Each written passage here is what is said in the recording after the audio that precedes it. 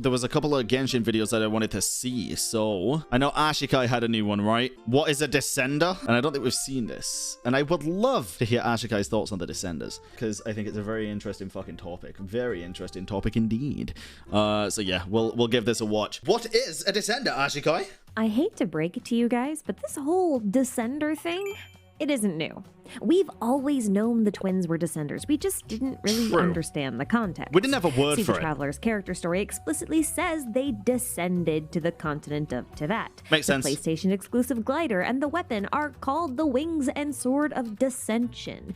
It really annoys me that those are exclusive now that we know that it actually means something and matters. And even in the opening cutscene, it talks about how the twins fell to Teyvat. And the more you look back, the more obvious this whole Descender thing becomes. Yeah, it really does. But if that's the case, then why did this revelation come as such a shock during Chapter 3? Is it that most simply forgot the Traveler descended from above? Or is it that there are Descenders other than the Traveler? It's the Descenders other. Is it that the Traveler's twin, who should be a Descender, isn't considered one?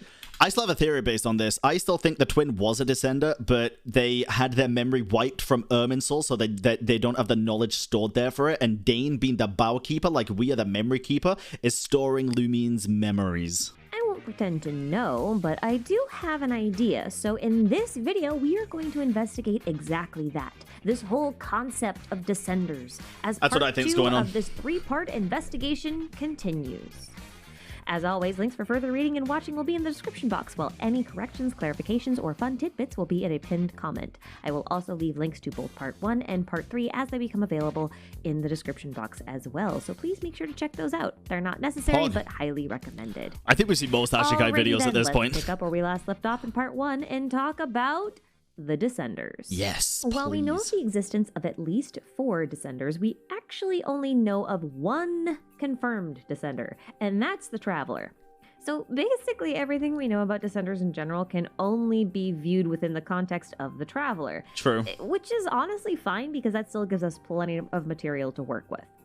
This doesn't mean that all Descenders will be like the Traveler, though, just that it's almost impossible to make any real predictions about what other Descenders might be like, because all Descenders only have 2 things in common.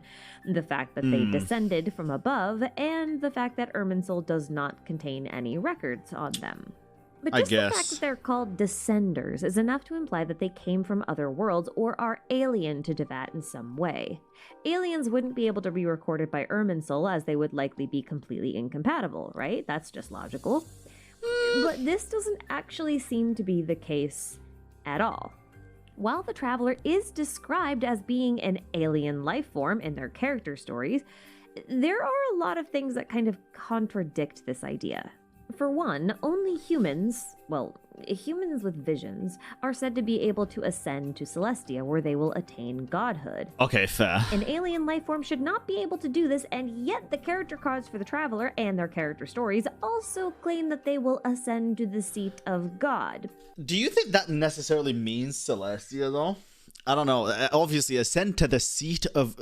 is it the seat of God? I think it is, right? And their character stories also claim that they will... Yeah, ascend to the seat of God. I don't know if that's necessarily saying that we are gonna become God. Like, ascending to the seat of God, to me, could mean we are gonna ascend up to go and kill, quote-unquote, God. But I could be wrong about that. I don't know. I could be very wrong about that. Of God. But the gods could also have seem to be gods. Human, and they're also unable to acquire a vision. Therein lies a contradiction. And it gets a little bit worse. Despite definitely coming from beyond the firmament and traveling to countless other worlds, the twins have a lot of bizarre connections to Teyvat itself, enough to be really suspicious.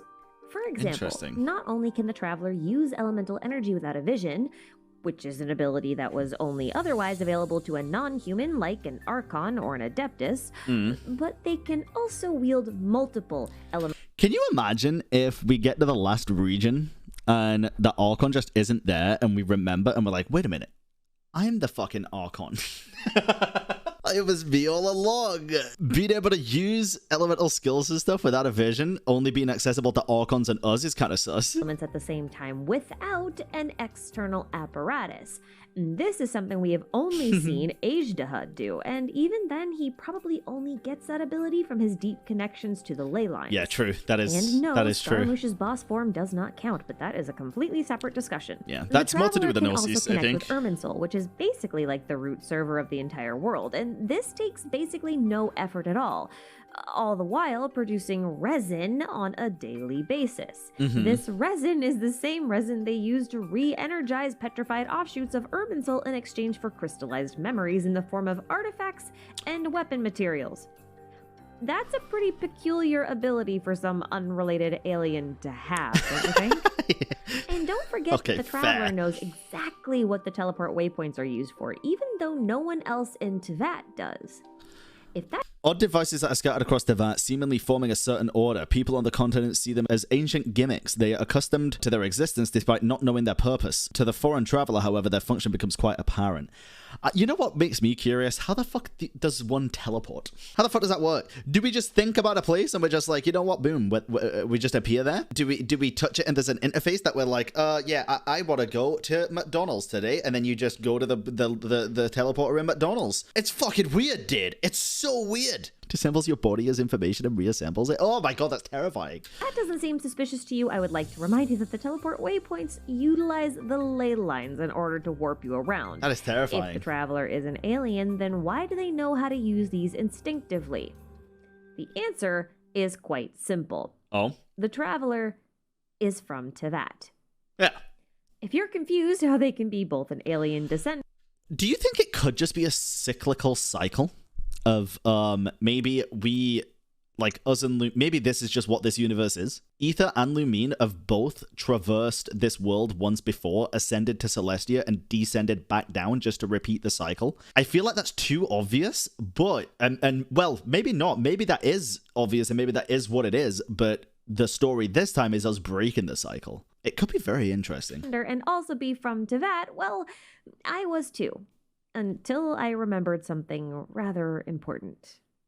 I would like to bring your attention to the infamous book Before Sun and Moon. Okay, I haven't read this. It's basically the most reliable record we have on the genesis of Teyvat. Yeah. If you haven't read it, you should, as it appears to be a record that Irminsul failed to alter. Yeah, More on that one in a bit. While the entire book is a treasure trove of info and theory fodder, it's the very first section that's always stood out to me. Let me read it to you and show you what I mean. Well, actually, I want to read you a direct translation of the passage from Chinese because the nuances are a little bit different than the official localization, and I think it's important. Interesting, that's cool. Okay. The eternal throne of heaven has come, and the world has been renewed. Then the true king, the original one, went to war with the masters of the old world, the 7 terror kings. Those terrible kings are dragons. So here's the thing. This passage implies that the world was ruled by dragons at one point. That's very interesting. But not that it was always ruled by dragons. Being called the true king suggests that the primordial one at least had some claim to this world despite coming from somewhere else. Enough to wage a war against a currently dominant species, anyway. If they didn't actually have a real claim to the planet, then they should be considered an alien, right? So the primordial one then goes on to win the war against the dragons, terraform the earth, and create the human race. Which means human would have alien origins if the primordial one is also an actual alien. Like, on the one hand, you can argue that because humans were created on Earth, they are therefore a native species to Earth, but I'm not too sure about that. Really? Genshin references both Abrahamic and Gnostic mythology in its genesis, and in those myths, God created humans in his own image. If this holds up, then that means that if the primordial one is an alien, then humans would be based off of them and therefore also alien. Listen, hear me out here. If God in the world of Teyvat, if God created humans based off of them, wouldn't it be interesting to think about how the god could be gold, since the creations of gold are they kind of have a lot of similarities? Like Albedo and both travelers like outfits and stuff look incredibly fucking similar. We are not gold. We kind of fucking are though. Kind of fucking are. We have golden hair, golden accents on the clothes. I don't know. It's interesting. And, you know, the reverse is true. If the primordial one is not an alien, then we have flesh and bones. Yes, based human. on him are also not aliens, right? Yeah, So the this golden begs Nara. the question, is the primordial one an alien? Well, it turns out Conria seemed to have the same question. Yes, Gold's entire mission to perfect a replica of the primordial human. True. However, don't forget about the Irminsul and the stuff. Because if we're saying this is a cyclical thing, what if in the first Samsara, the first cycle when this all began, Gold did create the humans, and then at the end, the Irminsul was wiped and they forgot, and they're trying to perfect it again. And it's like chasing the dragon. You can never get the perfect one like you did the first time. I don't know. I'm just thinking there could be a lot of different ways that this has gone. That's a bit of a reach, but it's a cool theory to think about. Question, because during the quest to acquire this book before Sun and Moon, Enjo says that Conria sent a delegation to Enkanomiya in order to find proof that Celestia came from beyond this world. In other words, proof that Celestia and those within it are aliens. He also makes the claim that back when the Primordial One ruled over a single unified civilization, no gods walked the earth. That's right, no gods, none, nada. But Paimon responds to this claim, saying that when gods walked the earth is as far back as history goes into that. There is no time before gods walked the earth, right?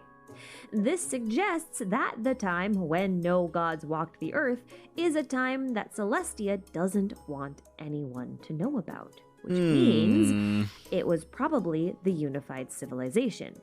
But this whole no gods thing doesn't mean that there weren't any magical immortal beings hanging out with the humans. It just means that these beings were not considered gods. They were not objects of worship. That was something reserved exclusively for the primordial one. I mean, right? It makes sense. These beings probably went by an entirely different label, like maybe Seelies. Oh, fuck. Because see, we know that Seelies were angelic.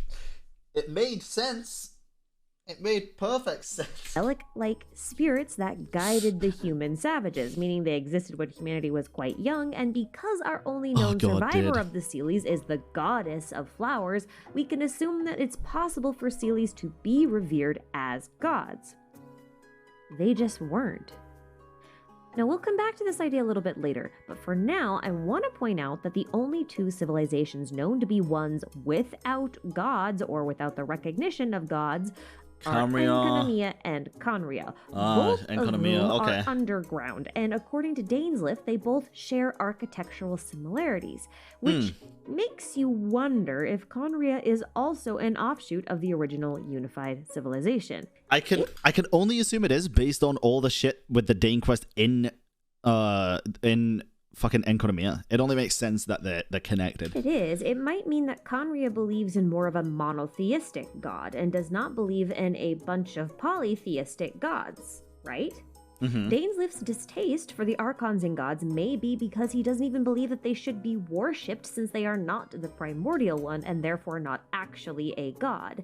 And this might actually be why Conria and Dainsliff have a bone to pick with Celestia. You mean the chasm? Was this quest here the chasm? Am I dumb? It might have been. Yeah, I meant that part of the chasm then. Because otherwise that also doesn't make much sense. That Celestia has an alien running. Is the only confirmed thing about Conria and Enkanomiya then the fact that the architecture looks similar? Now remember, I know the chasm also has similar architecture. Came from beyond this world, specifically through the means of the book Before Sun and Moon. This book is the same one that got Orobashi sentenced to death by Celestia just for reading it, which suggests that its contents were never altered by Irminsul. And in this specific book, it says that at one point, the primordial one, who should by all accounts be native to this world to some degree, if our theories are correct, was challenged by the second throne, also known as the second who came, but came from where? Jesus. This challenge resulted in a cataclysmic war that caused the heavens to fall and the earth to split open, and yet no one knows how this war ended. Although I do have my suspicions.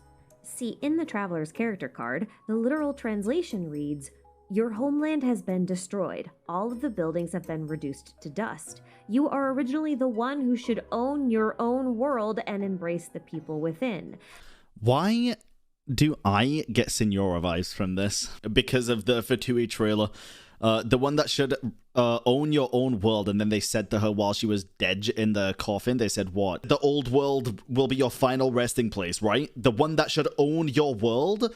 It makes sense. But as the last descendant of a subjugated civilization, please do not lament the lost moments. Lament. So now we have... I know she got evaporated. This book was written fucking so long ago. Way before she got fucking evaporated. I'm not saying she's coming back. I'm saying it makes sense. Of a subjugated civilization, a traveler who's supposed to be an alien but actually has really deep connections to Tevat's original functions, and a mysterious entity that went to war with heaven, and it's said to have come from beyond this world, or at least suspected of it. And then we have the Abyss Twin who wants to see the return of their homeland, which has been destroyed, and I don't know, these things seem to line up a little too well. Now, if you haven't pieced it together yourself yet, I am indeed suggesting that the Traveler, and actually both twins, are from the original unified civilization. Only, instead of falling underground, they escaped Tevat entirely, only to circle back around to it around the time of the Conrian Cataclysm. I wonder where Alice was originally from. Just in time to kick off the events of the main game. Now, during this time, it's probable that the Second Throne successfully took control of Tevat. This includes control over Irminsul. And this is where I want to circle back to the other key feature of the Descenders, the fact that Irminsul seemingly does not... Yeah, but if you say Alice is from our world, that would mean she's from Tevat, the original civilized unionization or whatever she just said, right? Because she was from the same place as us. Record any information regarding them. I think this is only partly true. We don't need to look any further than the Abyss Twin to notice that something is very odd here. True. See, by nature of being twins, Aether and Lumine have to come from the same origins. One cannot be from Tevat while the other isn't, unless they are not twins at all. That is a pretty valid theory in and of itself, but it's one I do not want to entertain for this video as it goes on. Oh, you think she comes from Earth? Route, okay? For the purpose You think Alice comes from Earth? I mean... Sure. of this video, we are assuming the fact that they are twins is correct. Now, notice what Nahida says about the Abyss Twin, that they suddenly appeared in Conria and traveled for a time. No. I know Alice can travel worlds, doesn't mean she's from another, but I really don't think she's from Tevat. That's why I say I'd be interested to find out where she actually came from. I don't think she comes from Earth. I think she might have traveled maybe to Earth. I assume she's from her own place, but I don't know. Then appeared to have vanished as if their fate was being forcibly obscured. If the Abyss Twin was like a normal Tevat person, being, then there would have been records prior to their random appearance in Conria. But there aren't any records of that nature that we know of. I feel like Nahida would have said something a little bit different if those records existed at all. So here's the big thing. In the previous video, I made the case for Irminsul being a bit like the Akasha in that it doesn't decree fate, it only predicts fate, which it then displays in the sky in the form of constellations. But note that Irminsul would only be able to predict one's fate if it was also able to record data about them. True. So here's a fun fact for you. Prior to touching the statue of Seven in Mondstadt, the Traveler did not have a constellation at all. So not only did tapping into the ley lines give the Traveler access to the elements, it also gave them a constellation. Now, Mona, being an astrologist, uses constellations to predict things, right? Well, according to her voice lines, she knows that the Traveler is not of this world, and she therefore cannot give us an astrological reading. But in other places, like during her story quest, she still manages to somehow predict our movements using astrology, which is odd. That is odd. If we were odd. Completely unrecorded by Irminsul, she wouldn't be able to predict anything at all. We'd just be a big blank space. She also can't find anything in regards to Paimon, which is also kind of odd. In Chapter 3, Act 5, Paimon's memory was tampered with just like everyone else's, save for the Traveler, which means that Paimon should be of this world, right? Yeah. But she doesn't seem to have a constellation, while the Traveler does have a constellation, yet the Traveler's mind cannot be tampered with. Miko! The only other person we know of that Mona cannot read the constellation of is Venti, and he... Well, that's just because he doesn't fucking want to do it. He's a god, so I guess this kind of makes sense. But Venti does have a constellation, like the Traveler. But he also seems to be able to have his memory tampered with, like Paimon. Well, I want to go back to an analogy. No, doesn't he just blow wind? Because I don't know. I used in the previous video Maybe when there's I something compared else. Irminsul to a computer or a cloud server, because I think it kind of resolves the issue around what Irminsul seems to record and what it doesn't. I just want to start by saying I think Irminsul actually records everything indiscriminately. If it's within reach of the ley lines, Irminsul can and does record it. But I also think that the twins, having come from a destroyed civilization, were also deleted from Irminsul's memory. So when they first arrived in Teyvat, Irminsul had no data on them and had to accrue it slowly over time. It also wouldn't know how to store or reference those records, seeing as it thought of these twins as unknown entities, so it didn't really have a good label for them. It But makes when sense. the Traveler made contact with the Statue of Seven, they basically logged into their user account, and all of their accumulated session data was then assigned to them, allowing Irminsul to give them a constellation. However, given that the Traveler's user account is literally ancient and belonging to data that should have been long since deleted, it's possible that Celestia has marked any record referencing the original civilization as classified, even to the avatar of Irminsul herself. Now remember, Orobashi was sentenced to death for reading a book about the original unified civilization. Celestia does not want anyone to know about this. This restricted access gives the impression that there are no records about Descenders when there actually should be, and is. Likewise, gods probably have all of their information under slightly different restricted access because they're, gods, archons. So that makes sense. But where does that actually leave us? I don't know. I'm confused. This section title seems like quite a leap, I know, but stick with me, it is. Wait a minute. Wait a fucking minute. Okay. Seems Lucifer. like quite a leap, I know, but stick with me, it is tinfoil hat time. If the primordial one is considered God, then its four shades should be the archangels, like Michael, Gabriel, Raphael, and Uriel, right? Angels were organized into choirs, meaning an archangel had a higher rank than a regular angel. Now, according to the staff of the Scarlet Sands, the primordial one created night and day, which was represented by a sun and 3 moons. The 3 moons likely being the 3 moon sisters we know of as Arya, Sonnet, and Canon, who are closely tied to the Seelies. Okay. The Seelies are known to have been once beautiful pale beings tasked with teaching and guiding early humans, which easily makes them candidates for something like a guardian angel, or at least a lower ranked angel. Plus, their regressed forms are based on a sea slug, commonly known of as a sea angel, so there's that. During these early days in the unified civilization, we know that no gods walked the earth, which would make sense because angels are not supposed to be gods. They're servants of God. But angels are also closely related to demons, who, depending on... If she's going to say that the Descenders could be angels and stuff, I fully agree. I that's my biggest belief right now, kind of guardian angel-esque things. I don't know if they could be related to Seelies and stuff, but I do think it relates a lot to Istaroth, because from Lord of the Rings, they're called Istari, which are basically magical beings sent down to the planet to prevent a cataclysmic event. They fall down in meteors, so it makes sense. The I don't texts know. are all They are actually stars, angels star who people. fell from grace. Coincidentally, those labeled gods in Genshin are actually called demon gods in Chinese. And they bear the names of demons from the Ars Goetia's Lesser Key of Solomon. Yup. Now, among those names is Paimon. Paimon is kind of unique because within the game of Genshin, she behaves and looks an awful lot like how Seelies do in Legends, pale and silver like the moon, flies at the speed of a Seelie, likes to sing, guides a traveler, loves treasure, and she has moons and stars throughout her entire design, right? Sure. Yep. But Paimon in the Ars Goetia is most notable for their absolute loyalty to Lucifer. And who is Genshin's Paimon most loyal to? Us. The Traveler. Maybe you know this, maybe you don't, but Lucifer's name literally means light bringer or morning star, and both of the twins have a golden light-based power originally. They also have wings like angels supposedly do, decorated with the Primogem star, which is a symbol of the primordial one, or... What, and Lucifer was a fallen angel? When we descended, we lost our wings like Lucifer? Is that... You know what? Okay. At least it's supposed to represent him because the Primo in Primogem is actually supposed to be primordial. It makes which, sense. by the way, is also the name of the game in Chinese, the primordial god or the original god, right? All these things are connected here.